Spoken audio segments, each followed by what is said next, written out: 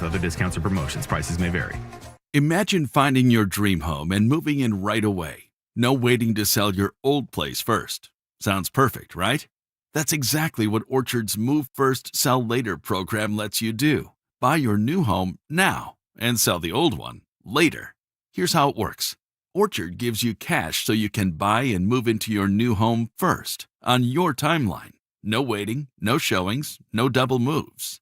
Then the Orchard experts take it from there. They handle repairs on your old home for you so you attract the right buyers. Once they're done, a local Orchard agent lists and sells your home for top dollar. Orchard's Move First program gives you the freedom to buy and move into your new home first and sell your old home later. Buy before you sell and get top dollar for your home with Orchard. Ready to find out how much your home is worth? Visit Orchard.com to get your free home valuation. That's Orchard.com.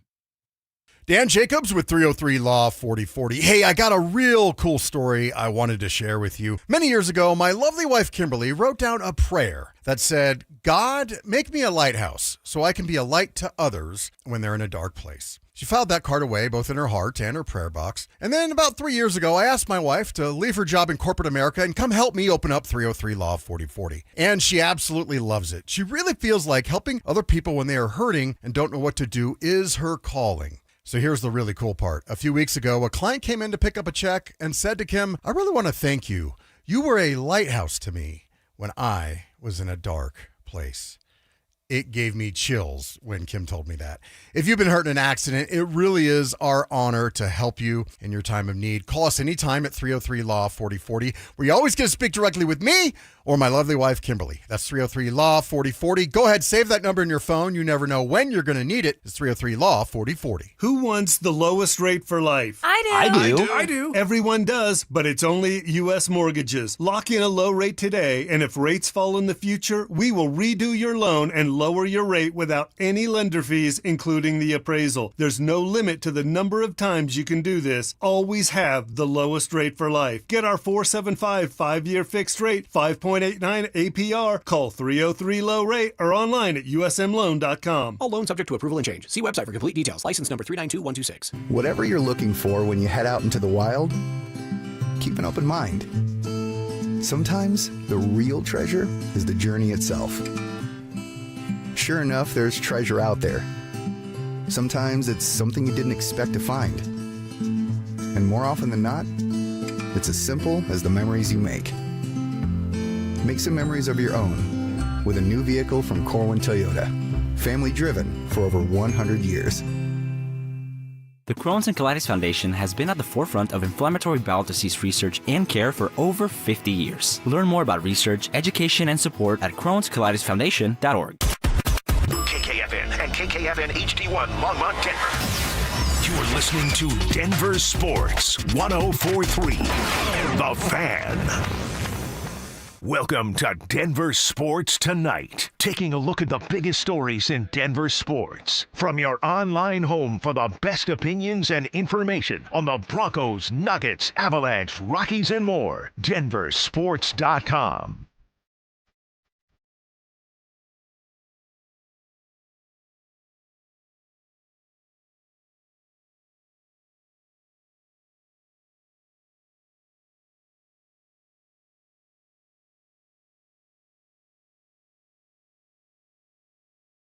Rounding the bend, heading down the home stretch before the big one. Welcome in, Denver Sports Tonight. Mike Rice, Dante Gomez. I've loved every minute of all of the breakdown, over-analysis, chatter, conspiracy theories, and everything else this week, Dante. I'm ready for a football game. Me too. I am. I mean, the game gets obviously announced on Monday night after the Steelers and Texans game, and you find out it's Saturday, and I was excited. I was excited that it's going to be the first day, the first game, get it out of the way, and not in terms of get it out of the way, but it's just exciting that it's going to be center stage, and everyone's been waiting all week for this moment. Well, it is just about upon us, 2:30 tomorrow, of course, the divisional playoffs, the Broncos hosting the Buffalo Bills. Lot to get to.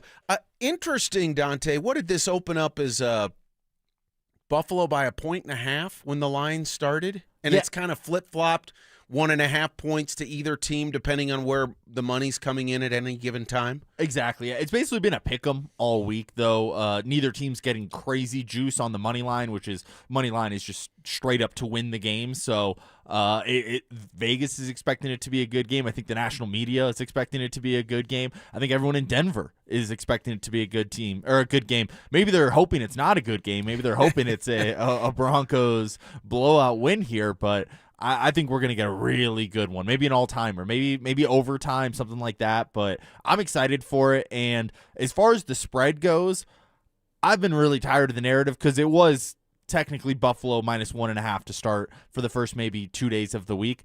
I'm really tired of hearing the woe is me aspect of Broncos country saying, like, how could we be disrespected like this? How could we be the underdogs? It was never really neither team was never really the underdog. Neither team was never really the favorite. So I'd like Broncos country. I'd like to, slap them in the face a little bit and say, hey, go out there, be a little arrogant, be a little cocky. You're the number 1 seed. You won 14 games. You won 8-1 at home this year. Act like it. Act like you're the cream of the crop, the top dog in the AFC. And I'm tired of this underdog role that we're trying to manufacture for the Broncos. Well, but when you don't get the respect nationally, and let's be honest, you don't think they've gotten the respect? You don't think Tom Brady putting them at number 1 in his power rankings 2 weeks ago is respect? Who did he pick to win the game? I don't know. I don't know either, but he does a weekly power rankings. The Broncos were number 1, I think, in week 17 Great, of the though, season. But when we start hearing things like, this is the worst number 1 seed since the Tennessee Titans. See, I haven't heard that. I haven't seen that anywhere except for people within Denver that are complaining that they see these things. Look, here's what I believe. I think there is, and I have no way of measuring this, but I do think there's certainly some trepidation within Broncos country because about will the Broncos live up to the number 1 seed? And I think nationally there's still you guys got to show me before I can buy in, which I get that on the one hand, but in terms of your point as to how the Broncos are taking it, I really don't care if they play the underdog role and play that up. I really don't care if they, squash that publicly and say, hey, forget that. Because ultimately you got to go out and show it. That's the only way you're going to convince people who doubt for whatever reason. And I love it that they have this opportunity, Dante, because when you're a team that is ascending, that has been in the wasteland of the NFL for a decade, starts to gain some traction, gets to the playoffs, ahead of schedule, gets the number 1 seed, or ahead of what, I'll just own it myself, ahead of what I thought they would do this year, and gets the number 1 seed, there is always that element of proving it. And then when they win it, they're going to have to prove it again. So that always exists. And ultimately, as I follow it as a fan, and as I followed it this week, it's kind of noise to me because ultimately I'm trying to look and analyze to myself all week, listening to people on this station, elsewhere. Can the Broncos win, and do I think they will win? It really boils down to those things. And all of the rest, I like what Joel Klatt said this week to the guys in the morning. All of the other stuff is just narrative and legacy and all those things that we talk about after. But when it comes to what's going to happen between the lines tomorrow, I don't think any of that really plays a big factor. I don't think so either, and that's why I want Broncos country to be more enthusiastic about their team and not as hesitant and not as fearful. I just hate this underdog role that they're trying to put out there and that everybody's against them. I get it, and you got to build whatever chip you can, but it's not the world versus Denver this week. I think a lot of people have picked both sides. I think a lot of people have picked the Broncos. I think a lot of people have picked the Bills as well and Josh Allen, but to me, the Broncos are the better team in this game. I think so, too. I have no problem saying that. I think the Bills potentially have the best player on the planet playing for them, but I think the Broncos are the better 1 through 53 in this case. So I would just like a little bit more confidence and a little bit more arrogance as far as how good this team is. They are a really good team, and they've proved it throughout the year, and the defense is absolutely incredible. So when you think back to when you heard about the matchup over the weekend, after the Patriots won and we knew the Bills were coming here, do you feel any differently about the Broncos' chances of winning now compared to the beginning of the week? I do. I started out the week thinking that it's just going to be too much Josh Allen, too much Buffalo Bills, and the Broncos' offense hadn't impressed me very much, and that has switched throughout the week, that I think this Broncos defense is going to be able to beat up Josh Allen, Superman on the other side. So I think this defense is going to put up one of their better games that we've seen all season from them. Yeah, I don't know that you ever welcome a matchup against Josh Allen. Like, oh yeah, well, that's no problem. Well, let's just take him on. I mean, the whole beat the best. It's like, yeah, I'll take the quarterback who's the backup quarterback or whatever. But I felt pretty good about the matchup. Again, total respect to the Bills, total respect to Allen. But I feel about the same. I felt from the start after the Bills beat the Jaguars and it looked like they could be the team that comes to Denver, I was like, I think there's some favorable aspects to the matchup, and clearly there's some challenges, but overall, I thought at the beginning of the week that the Broncos not only were the better team, but that would win, and I still feel that way. And I think it could be a great game. It's interesting. There's so many scenarios, Dante, and I've tried throughout the week to say, what do I think is going to happen? We're going to dive into that a little bit in more detail as we go along, but do I think it'll be a close Broncos win? Do I think the Bills might edge them out? Do I think it might be a little bit more of a gap? I don't think it's going to be a blowout either way. Do you think all four possibilities are there in terms of Broncos win close, Broncos win in a blowout fashion, Broncos lose close, and Broncos lose in blowout fashion? I don't think the gap will be more than 14 either way. I could see either team winning by 10 to 14 points. I could see a scenario. It's harder for me to envision the Bills winning by double digits than the Broncos. I actually think the Broncos have a better shot to do that, and I could absolutely see a close game. And I think that's what's fascinating about this matchup, because look, when you break it down, what do the Broncos have to do? What do the Bills have to do to win this game? And so much has been predicated or talked about the running games for each team, Dante, and I think that is a fair place to start, don't you? I mean, if either team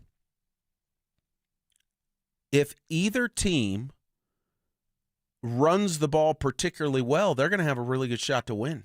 I think it's all going to come down to the run game. If the Broncos are able to slow down James Cook and put the offensive end of the ball mostly on Josh Allen's shoulders, I think that's a big recipe for success for the Broncos. If they can get off the field quickly, get those 3 and outs, I think that's a big recipe for success for the Broncos as well. And then vice versa. If the Broncos aren't able to run the ball, possess the ball, time of possession, all of that, and they make Bo Nix throw the ball 40 times, I don't know if that's a recipe for success for the Broncos. I know Sean Payton loves to throw the ball around. I just don't think it'll apply in this game. I think they're going to try to run the ball, establish line of scrimmage, use this big offensive line, multiple all-pro players on this offensive line, and hopefully RJ Harvey's up for the task. Yeah, I would agree with that. You have to get something out of the running game, but I don't think do you think Sean Payton's going to change his stripes and all of a sudden run the ball 38, 40 times? Well, maybe not that to that tune, but okay, say 30. I think we could get to 30. The Bo rushes with Bo, I could see 30. I think we can get 16 to 18 out of Harvey, throw another 10 in for Jaleel, and then another 5 in for Bo. Oh, I think is that your over/under on number of times Bo rushes the ball? 5? Yeah, it feels about right. I would go over. Really? You think that's going to be that big? Well, design runs or on the fly? Well, I think for sure there'll be a handful that are on the fly, because if it's 3rd and 4, 3rd and 6, 3rd and 8, I mean, we know he's got the ability to move the sticks on his own. And in a game like this, just do whatever you have to do to move the sticks. And if Buffalo's not stopping you while you're scrambling out of there, keep doing it. I could see Bo rushing the ball 8 to 10 times. Wow. I could. That feels like a lot for me. I would be very surprised if it was 8 to 10. I think anything over 7 would surprise me. I'm not predicting it. So I'm riding the fence. I'm not necessarily predicting it, but I could absolutely see it because he's got that ability. And when you have that ability, you do what it takes. And again, if it means keeping that drive alive, and then it means doing it again, I could see it. I would love to see. Remember, what game was it? Was it the Giants? I think it was the Giants game during the comeback. The run around the left end for Bo, and I think it was the touchdown that put him ahead, I believe, in the fourth quarter. I'd love to see a play like that. I'd love to see something in the bag, a little misdirection, and let Bo do something with his legs potentially. Yeah, I really would. 5 for 48 in that Giants game, and a long of 21. I believe it's on the play you're talking about there, where he keeps it and runs around that left edge for the game go-ahead touchdown, I believe, at the time. So I think he'll run it, like I said, around 5 times, though. I just think it's the NFL, and Bo's a decent frame on him, but he's not 6'5", 230 over here. He's not Lamar Jackson, not Josh Allen. He's a good athlete, but I don't think you can risk him running around and getting hurt like that. And he's shown the capability of throwing the ball and being very successful at it. So I don't think Sean Payton's going to have that many designed runs for him. I think it'll be more on 3rd or 4th down when he's trying to make a play, make something happen. That's when the running will happen for him. So when you say the Broncos need to stick to the running game, are you thinking... Well, they need to have success running the ball is more what I was trying to point out. So do you envision that coming primarily from R.J. Harvey? I do.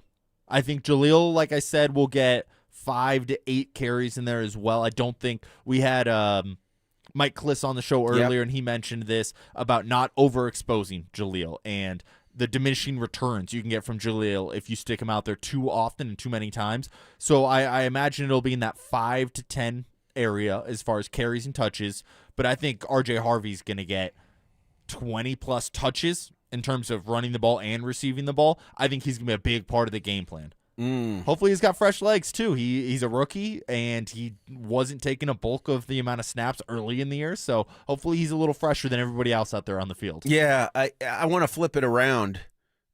If there's – okay, take the quarterbacks out because, the quarterbacks have the ball every play. They are the focal point of every offense, and we know Bo has been very good. He's been inconsistent at times, too, and we know that over the course of his career, Josh Allen has been terrific, and he is certainly the quarterback remaining in the AFC. Take those guys out. James Cook, man, that dude's scary. I'm going to give him his props. Now, I'm not saying that I think he's going to single-handedly beat the Broncos, but the Broncos defense has got to key in on Cook in a way that they didn't. I don't want to say they have to contain him better than they did last year in the playoff game. He was too productive. Triple-digit yardage, 5+ yards per carry in that game. Too much. And he's that good, and Allen will find him out of the backfield as well. That dude's scary. And even with the losses at receiver, Dante, to me, how the Broncos defend James Cook will likely determine how the defense performs on tomorrow. I completely agree. Looking at the stats from last year, James Cook, 23 carries for 120. Yeah. Long was 19. So it wasn't like he broke all of that in one play. It was very consistent in his ability to run the ball. I don't think the Broncos can do that again. I think that's a bad sign for them if James Cook is able to run with that many attempts, that much success in terms of yardage as well. You need to make those drives quicker. You need to get the Bills' offense off the field as much as you can. Keep Josh Allen and James Cook on the sidelines as much as you can. And to me, that is the almost reverse role there. The Broncos need to be able to sustain long drives on their end. You can chime in on the RamosLaw.com text line 303-713-1043. We used the word fear a minute ago. Do you think there's an element of Broncos country that's just fearful that Buffalo's going to come in here and put it on Denver? Maybe not put it on them, but they could lose in the first round, and I think everybody would be a little disappointed with that result. You go out, you get the 1 seed, you have a home field advantage in the divisional round. If you win, you have the home field advantage in the AFC Championship. There's no Patrick Mahomes in the way. There's no Joe Burrow in the way. There's no Lamar Jackson in the way. I think it would be a little disappointing if they go out and lose tomorrow. So I think they're fearful that it could be somewhat of a wasted season. I don't know if wasted is the right word, but you go out and you win 14 games, and maybe it's all for naught if you lose on Saturday. I think there's an element of that for sure, but I don't think there's an element within that locker room. And I really believe, Dante, that this group absolutely believes they can win and they will win this football game. You don't think there's any bit of anxiousness with that team? Well, I mean, I'm talking about the Broncos. Yeah, within the locker room. You don't think there's any bit of maybe doubt or second thoughts? No, I don't, because of what they've done all year. And really, when you have the body of work that they do, and we've talked about it a lot, what is the most important thing in a football game? To find a way to win. And what have the Broncos been better at than anybody else in the NFL? Finding a way to win. So can Buffalo come in here and win by 10? Yeah. Can James Cook go wild? It's possible. Can Josh Allen have a day? Possible. Although I don't necessarily I don't see that happening, but we know his ability. Broncos find a way, and I believe that they believe that they're going to find a way to win against Buffalo. And I also think that they believe they can play a lot better than a lot of the stretches where they played this year. And so because of that, I think they're a pretty confident team. And I heard James Palmer, I think it was with the guys this morning, I can't remember exactly when, he was commenting on how loose the locker room is. That to me speaks to a group that believes that they have earned the spot that they have and that they are confident in the spot that they have, but not taking it for granted. Doesn't cross over into being cocky, doesn't cross over into saying, well, we can just show up and we'll beat the Bills because we're at home and we're the number 1 seed and we've won 14 games. There's been enough close calls and enough inconsistent play sprinkled in to keep the Broncos humble. And I think it is a group that has the leadership that has, and I think Sean Payton has the awareness and has reminded the guys in various ways this week. This is just my speculation, by the way, that we got to go earn this thing. But I think the Broncos are confident they can and will earn this thing. I don't think there's any doubt that they're confident in their abilities. Do you expect them to play? I believe you mentioned some of their best football that we've seen, or better football than what we've seen here, particularly on the offensive side. You think they go out and look better than they did in week 17 and 18? I do. I'm not. I mean, at some point, and I've thought about this a lot this week, at some point a team establishes an identity because that's primarily how they play. So, again, it goes back to possibility versus probability.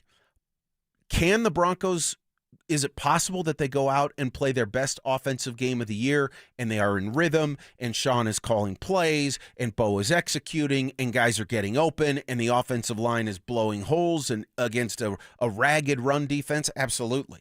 It's possible. But is that probable based on what we've seen all year, despite the fact the Broncos have found ways to win? The how they've played aspect of the conversation definitely becomes fair, and they've been inconsistent in a lot of their wins. So I'm not holding out hope that all of a sudden everything falls into place, but I do think they're going to play better than what I've seen a lot of the time this year. I think that's a fair expectations for the team, that they'll step it up, and I think they almost were lulled to sleep in week 17 and 18, knowing the competition they were facing between a third-string quarterback in Kansas City and a second-string quarterback with Los Angeles. So I think they're going to be hyper-focused and ready to go out the gate, and maybe that could be to the detriment of Bo Nix and this offense. I think we've seen both ends of the spectrum of where Bo gets a little too amped up and he can't quite rein it in. And then we've also seen the opposite, like I mentioned in week 17 and 18, where they know the competition's not great. They know they're not going to have to score too many points to win the ball game, and they can get lulled to sleep a little bit. I have a question for you. Yes. And I can answer first if to give you some time to think about it. Who is your X factor on offense for the Broncos? They go out and have a solid day if blank happens. Who's yours? I've got a couple guys that came right to mind. It's kind of a cop-out of an answer, but it's going to be the second leading receiver for the Broncos, whether that's Troy Franklin, whether that's Evan Ingram, surprises everybody, goes out and has a big day, whether that's Marvin Mims or Pat Bryant. Who knows who could step up, but I feel fairly confident in Courtland Sutton's ability to go out and have a solid game, and to me that means 60-plus yards, maybe in that 80 range. I'd feel very confident about the Broncos in that situation, but I think they need to have that second leading receiver go out and have 40 to 60 yards on their own, and I don't know who it's going to be. I think that's part of the inconsistencies we've seen from the Broncos offense this year is there hasn't been a clear-cut number two. It's been, like I said, Troy Franklin in certain games. Evan Ingram had a game there. Pat Bryant had some flashes. Marvin Mims we haven't seen a lot out of him this year, but in his career with the Broncos, we've seen some flashes with him too. So I'm excited to see who that number two is, but I think it's very important that they have a number two go out and have a very good day. Right, and I like that. I like it a lot. But the first guy that came to mind was Courtland Sutton. And here's why. And you think X factor. I mean, you sort of expect that from your leading receiver. But I would count it as an X factor if he goes out and has 90-plus yards. Yeah. I think that's above and beyond the expectation at this point. Right. And if he does something like that, number one, he's perfectly capable. Number two, if he does, I think that's clearly going to help the running game. And number three, I think it speaks to moving the chains because we know how good Courtland is as a third down target and as a fourth down receiver as well. He comes up clutch in big situations, and that's what you have to have from your best players. If Courtland Sutton is having that kind of day, I think it's going to bode well for the rest of the guys because that's going to and look, this is no mystery. That's going to force Buffalo to say, okay, we've got to do something to try and slow that connection down. And then who is the second guy that steps up? What does that do for R.J. Harvey or Jaleel or Bidet out of the backfield catching a pass here and there? Or maybe Prentice getting a quick hitter up the middle or something like that. And I think that would give Bo Nix a lot of confidence as well. Yeah. If he's able to go out there, have a strong connection with Courtland Sutton, get those completions rolling, maybe gets to 25-plus completions during the game. I think Courtland Sutton's going to be a big part of that, and whether that's 6-plus catches, kind of feels like that's where you're going with the X factor of Courtland Sutton, where he plays a huge role for this offense and almost changes the defensive game plan for the Bills where they have to shade him, and that can open up some other people as well. So I like that answer as well. All right. As you think about the game, what are we going to see as it begins to unfold? We've got thoughts on that next. Will R.J. Harvey and Jaleel McLaughlin find success in the run game? How will Vance Joseph slow down Josh Allen? We'll break it all down in the Fan Football pregame show, live on game day from Mile High Station starting at noon. Denver Sports 104.3. The Fan. Hi, Dan Cicchini with Dunright. Great pricing options and bank financing? You bet. Kitchens, baths, counters and floors, finished basements, windows and doors. Done right since 1985. You have our word, we'll treat you right at Dunright. Visit drhi.com. Thanks. You gave years, maybe decades to your job. You showed up, worked hard, and planned for retirement. But now, the company's changed. Or maybe you've taken a buyout or been forced into early retirement. So, what happens next? I'm Jeff Jr., founder of Trajan Wealth. And if you've built up a 401k or thrift savings plan, now is the time to ask, is that money really working for you? Many workplace retirement plans offer limited options and even less guidance. At Trajan Wealth, we help people just like you roll over their accounts into IRAs with more flexibility and personalized investment strategies built around your goals. For households with $500,000 or more, let us build you a personalized plan. We operate on veteran values, service, trust, and doing what's right. Your next chapter starts now. Call Trajan today, 720-204-8100. That's 720-204-8100. Advisory services offered through Trajan Wealth, LLC, an SEC-registered investment advisor. See website for details. All right, football fans, Foundation Kia wants you to catch a ride to the playoffs in an all-new Kia Sportage plug-in hybrid. We got cars, yes we do!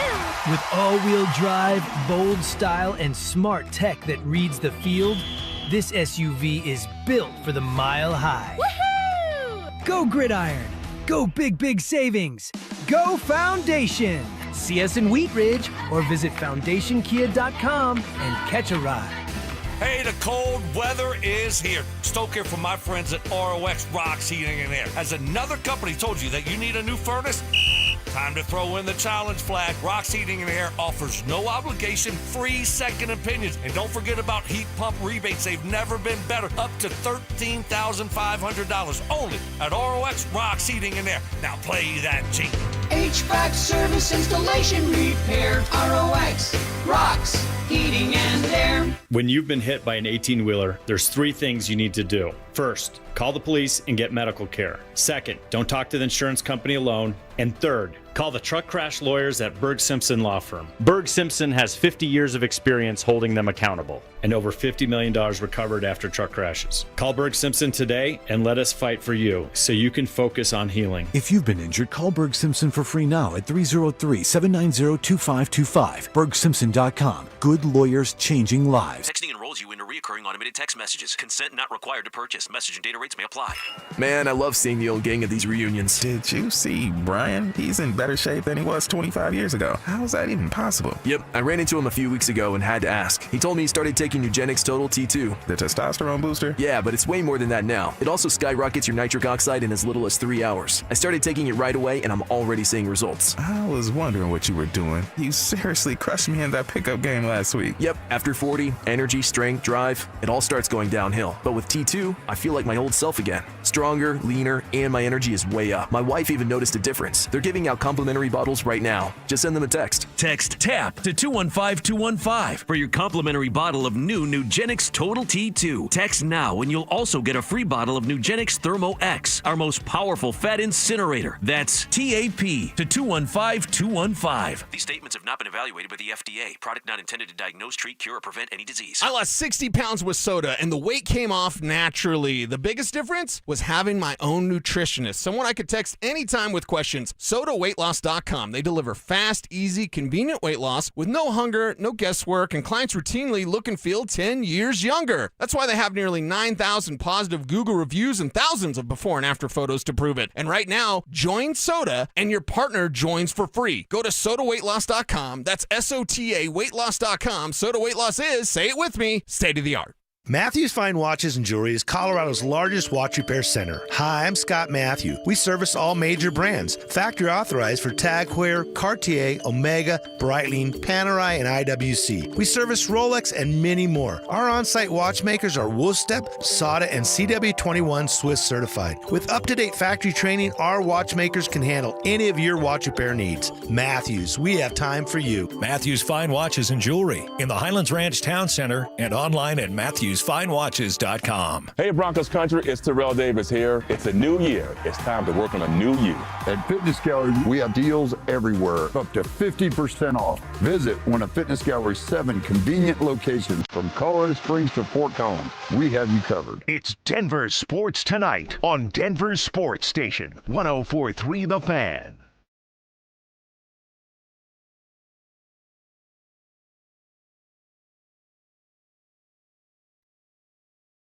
Mike and Dante, Denver Sports Tonight. Divisional playoff eve for the Broncos. They host the Bills. 2:30 kickoff tomorrow at Empower Field at Mile High. Bills coming off the big win at Jacksonville. The Broncos coming off a rest as the number 1 seed in the bye. On the RamosLaw.com text line, you can chime in 303-713-1043. This was a good one. I believe it was from... Well, let's see. This I don't have a name. 7839. Haven't heard you address the weather, the cold temps, the wind, how it can impact game plans. It's going to be chillier. What are they forecasting, like high 30s tomorrow? So that will be a change from what Broncos home games have been all year long. Do you see any of that being a huge factor and affecting things in a meaningful way?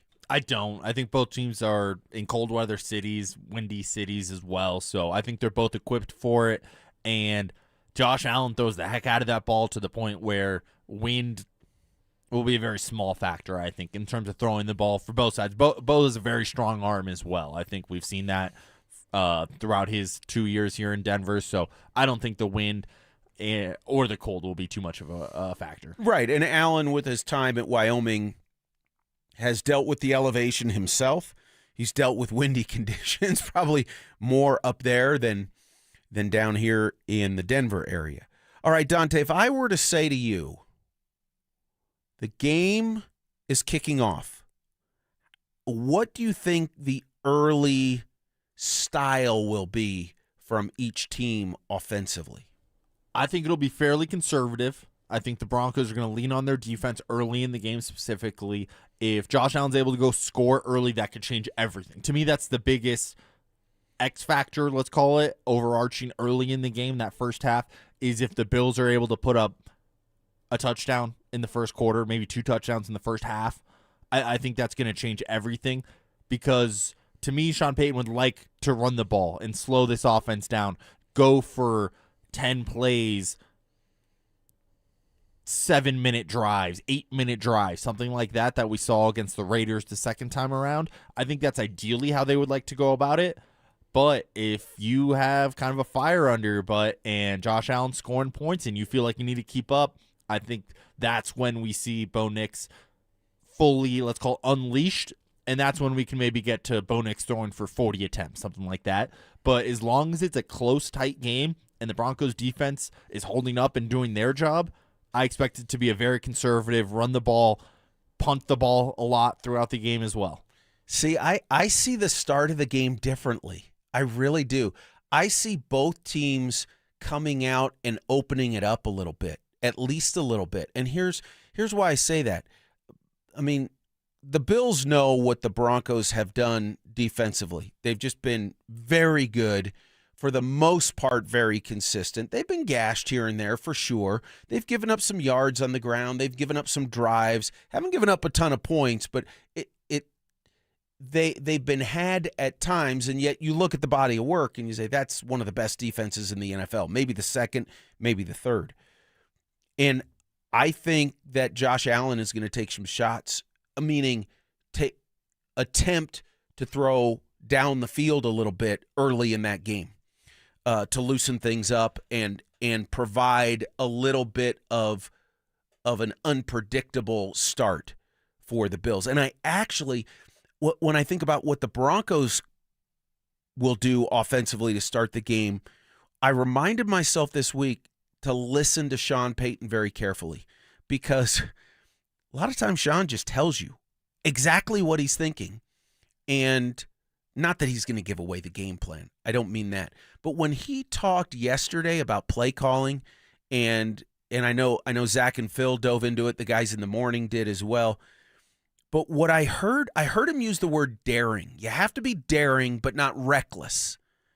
And I could see Sean Payton being daring early and trying to hit some shots down the field early in the game in the first quarter. I can absolutely see that. I'm expecting that. I want to see it, so I'm trying not to, confirmation bias here, go that route. But I actually think we might see a bit more of an open tempo and open style, at least in the first couple of possessions for each team. Really? Yeah, that's pretty much the complete opposite of what I'm expecting, mostly because we haven't really seen this Broncos offense have too much success early in games. Usually they're more the comeback kids, and Bo Nix is putting up a whole bunch of points late in the game if they are high scoring, or it's the slog that we saw in week 17 and 18 where the offense never really clicked at all throughout the game. But to me, when they're that high power offense, that's usually third, fourth quarters of games. So I expect that to continue. Do you think, second part of this, do you think that is an advantage to the Broncos if it does become a shootout of sorts? I don't think it would. I don't think Sean would keep it a shootout the whole game. I don't. And so I think part of my reasoning is if they're successful going down the field and pushing things a little bit early, that could open up the running game. So it's a little bit opposite of what you were saying. What about this possibility? I was thinking about this. Could we see the Broncos come out and go no huddle? I mean, I know we could. I don't think so. I think you don't.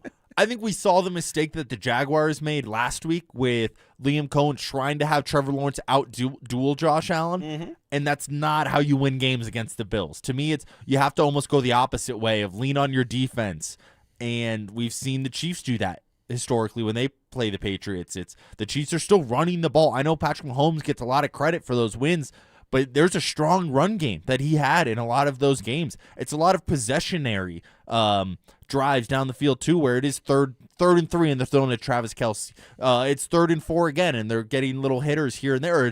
Patrick Mahomes running for 4 yards on 3rd and 3, whatever it is, and leaning on that defense to make big plays throughout the game on the Bills as well. So I don't think you want to get into a shootout against Josh Allen, the reigning MVP, arguably the best quarterback in the NFL. Right. I would agree with that, but I don't think coming out and doing something unpredictable, that to me, and they're not going to run no huddle the entire game or the entire first quarter or what have you. That's not what I'm suggesting. I'm saying throwing in a wrinkle or two, because I think we are going to see some wrinkles out of this Broncos offense. I really do. I absolutely believe it, because against the Chargers and against the Chiefs, those last 2 games, I think they were intentionally conservative or more conservative, because I think Sean Payton knew that they could be and still win the game, and he really didn't care if it was a one-possession game, because the way those games were unfolding, he had confidence they were going to be able to win it. See, to me, a wrinkle involves Marvin Mims, or it involves the deep ball that we saw last year in the playoffs to Troy Franklin. One-off, more of a one-off. Fair. To me, it involves that, not a hurry-up offense. I just don't think that's the kind of game Sean Payton. I don't think that's the game they should get into, personally, if I was the coach of the Broncos. Like I said, we saw it against Jacksonville. You don't want to go 1v1 Trevor Lawrence versus versus Josh Allen. You don't want to go 1v1 Bo Nix versus Josh Allen. I don't think, as much as Broncos country loves Bo Nix and the Broncos, I think a lot of people out there would agree with me. That's not the type of game you want to get into. You don't want it to be 1v1, those guys trying to out-duel each other. I think you want to lean on the 1 through 53 of the Broncos, lean into the roster, lean into the defense, and show that you have the better team for the 60 minutes, not that you have the better quarterback for 60 minutes. No, I think that's fair. I think that's fair, and that's smart, and that's likely how it'll go. I am just asking myself, how will Sean Payton be daring? In what situations will it come up in? And what will it look like? That's what I've been asking myself since I heard him talk about that yesterday. Well, I have a question for you then. Do you think we see, maybe it's halfway through the first quarter, halfway through the second quarter, it's 4th and 2 at the 50-yard line, they go for it? Or do you think they're going to play on the more conservative side, field position game, punt the ball, put the Bills within their own 10? Or do you think they try to be aggressive and go for those kinds of plays? Yeah, I think there'll be a degree of aggressiveness. I do. If Sean Payton didn't do anything like that all game, I'd be surprised. I would. And part of it is, too, in that situation, are they already down 7? Is it scoreless? Is it 3-3? I mean, so context will dictate some of that, but I think I am expecting Sean Payton to pick his spots to be aggressive and to roll the dice and to be daring. Do you think that's necessary for a Broncos win? I think it's great. I think it's absolutely great, and I think it shows that they're going to go out and try and win this game, and not just, well, we're gonna go into our little be turtle, go into a shell, and they'll do whatever it takes to win. We know this, but I do like the idea of judicious aggression. Does that make sense? Pick your spots, take your chances, and then, obviously, as Sean talked about yesterday, weigh those consequences in a hurry. But I want to see him push it a little bit. I want to see him go seize the game without being crazy about it. Would you like to see maybe turning down a field goal opportunity to go for it as well, or do you think any points are good points in this game? Man, if it's 4th and 3 at the 7-yard line, give me the field goal. Now, again, does that mean every time? If it happens 3 times, not necessarily, but I think what I've observed in the NFL this year is coaches going for it and passing up easy points. And easy points also matter. I have confidence in this Broncos defense. I think the Bills and Josh Allen are going to get their yards. They're going to have some drives. They're going to score some points. I don't think they're going to go crazy because I think what I've seen out of this Broncos defense indicates that they are going to do their job of keeping this team in the game. So for that reason, again, do I want to see Sean push it a little bit? Sure. If it's the first drive of the game, I'll take the 3 points. I'll absolutely take the field goal early on. Man, it's fun. We're getting close. What about the rest of the NFL? What do we think is going to happen in those games? We'll give you thoughts on that next. Let's go, bring it out! Denver and Buffalo are locked in for a playoff rematch in the divisional round. Kick your football Sunday off in style with Denver Game Day, powered by Common Spirit Health, official healthcare partner of the Denver Broncos. Live on Game Day starting at 10 a.m. Denver Sports 104.3. The Fan. This is a special alert to all Americans who own a vehicle with less than 200,000 miles with an auto warranty about to expire or with no warranty coverage at all. Due to a decline in the economy, CarShield is announcing a low-cost month-to-month vehicle protection plan that is now available to the public to save any driver out-of-pocket expenses on future auto repairs. Call now to find out how you can pay almost nothing for covered auto repairs. Yes, you heard that correctly. Pay almost nothing for covered auto repairs. An open phone line has been established for all drivers to call for a free quick quote. Call 800-292-4541 now. Drivers who are covered will not have to pay for covered repairs again. This protection plan is at an all-time low. Additionally, drivers who activate this vehicle protection today will also receive free roadside assistance, free towing, and car rental options at no additional cost. Call us for your free quick quote today. 800-292-4541. That's 800-292-4541. What do you have to lose? Call 800-292-4541. Again, 800-292-4541. Get 5 quarts of Valvoline full synthetic motor oil, a Wix filter, and a $15 gift card after rebate at O'Reilly Auto Parts. O'Reilly Auto Parts. I can't believe how spotless my floors look after using the Swiffer Power Mop. No more dragging around a heavy mop and messy bucket. Now I get the same deep clean without all the work. Thanks to the powerful solution and scrubbing pad of the Swiffer Power Mop, dirt and grime don't stand a chance, and I don't break a sweat. Mic drop. Mop drop. Swiffer Power Mop. Swiffer Power Mop. A smarter way to mop. Try it or your money back. Let's go. You still got it, but your immune system weakens as you age, making it harder to fight flu, pneumococcal pneumonia, RSV, and COVID-19. Ask your doctor or pharmacist which vaccines you need. Sponsored by Pfizer. Happy New Year, Susan. I really appreciate you picking up the bill for lunch. I'm happy to. One of my New Year's resolutions is being better with money. So I've started using Upside, the free app that pays you cash back for buying gas. Wait a minute. Are you saying you actually get paid cash when you buy gas with the Upside app? Yes, I earn cash back just for buying the gas I was already buying. Does that actually add up to anything? I'll make $200 to $300 this year. Wow, that's serious extra cash. I'm downloading the Upside app now. Download the free Upside app now in the App Store or Google Play and start earning cash back on everyday gas purchases. Use promo code RIDER for a 25 cents per gallon bonus on your first tank. That's up to 50 cents per gallon on your next fill up. You can cash out anytime, right to your bank account or a gift card for Amazon and other brands. Just download the free Upside app and use promo code RIDER for a 25 cents per gallon bonus on your first tank. That's code RIDER. Code RIDER.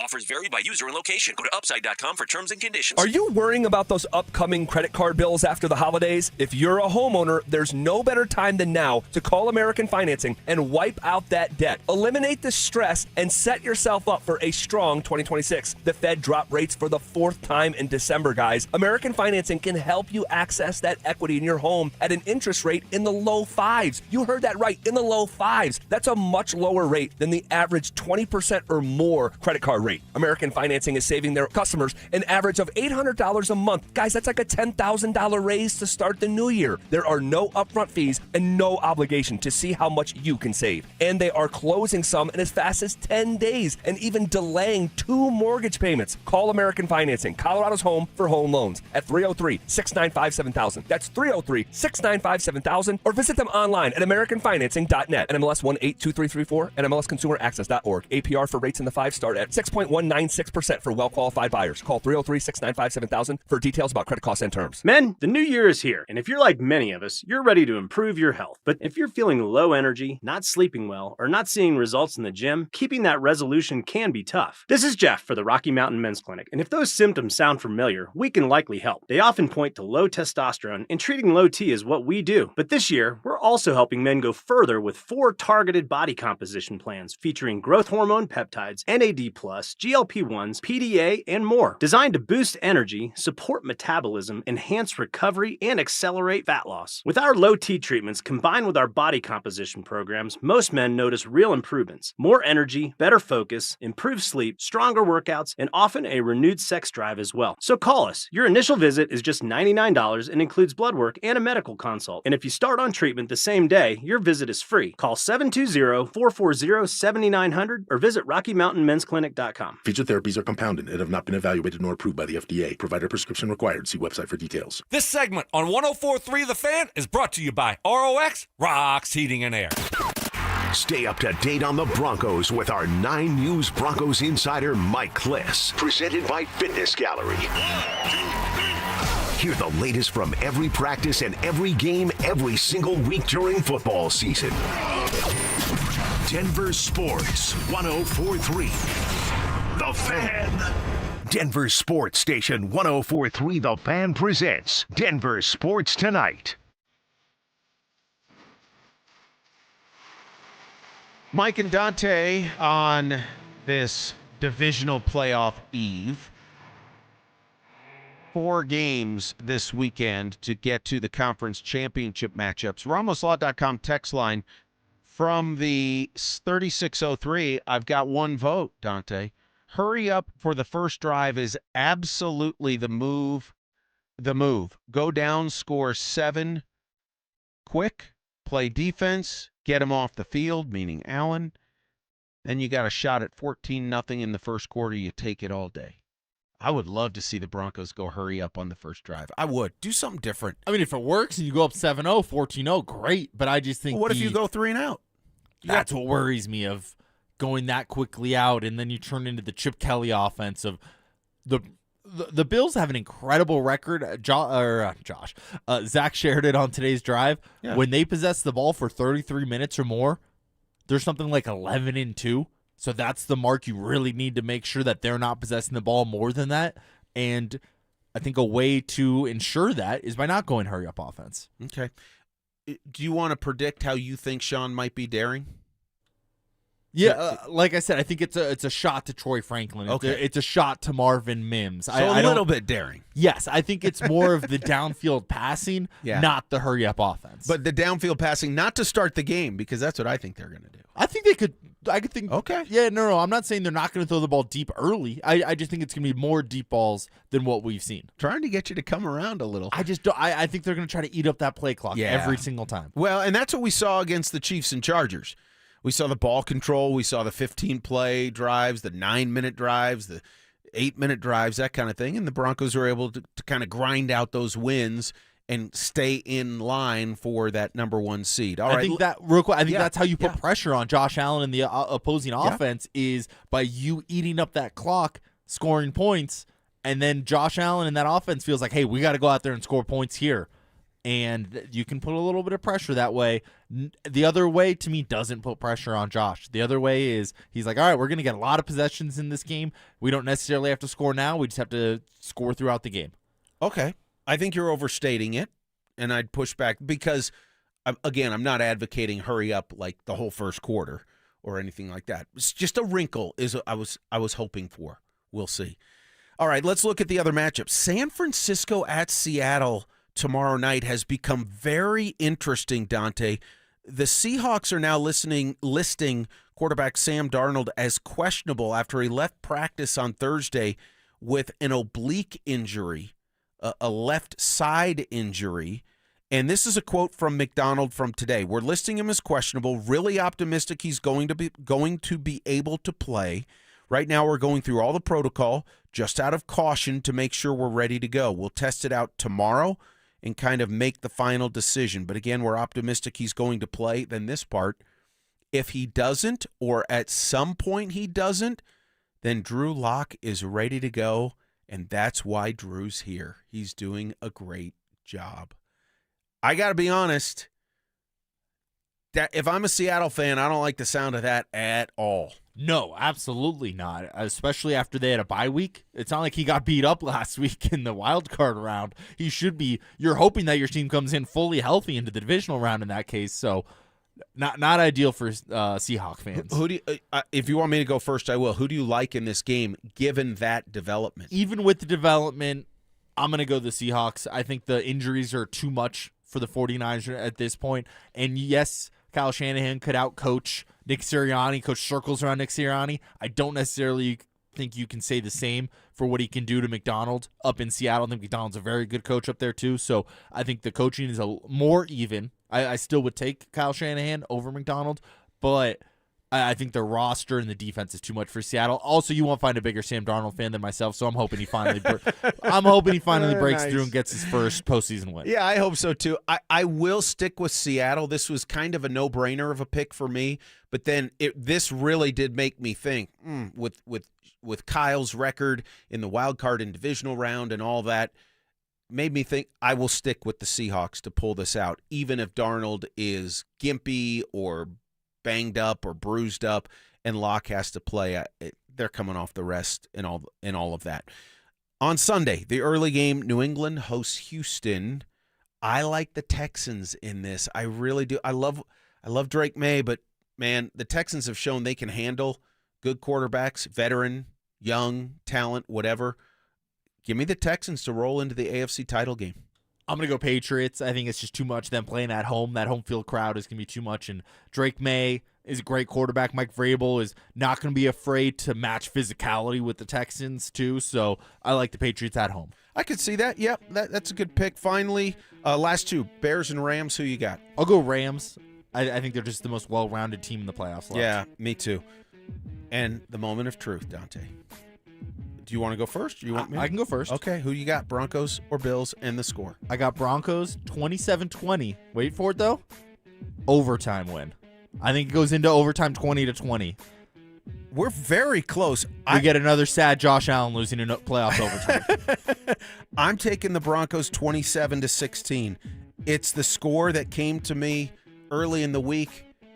The guys almost talked me out of it as I'm listening to everybody. A close game, 27-16 Broncos. Maybe a late score to push it from 8-11. Josh Allen, any turnovers? Does Broncos defense create anything? I think there's at least one. Okay. How about you? I think they create one, too. Okay. Josh Allen's known for playing pretty clean games, but I think this Broncos defense gets to him. Multiple sacks as well. Should be fun. Hey, thank you. Absolutely, Mike. Yep, that's Dante Gomez, Mike Rice. Thanks for joining us. Big one tomorrow. We will talk to you at 10 on Denver Game Day. Tune into The Rundown with Richie Carney every weekday at noon on YouTube, Facebook, or X. Presented in part by The Birdie Bar, Louisville's premier indoor golf bar experience. Check out this week's live music trivia and other fantastic events at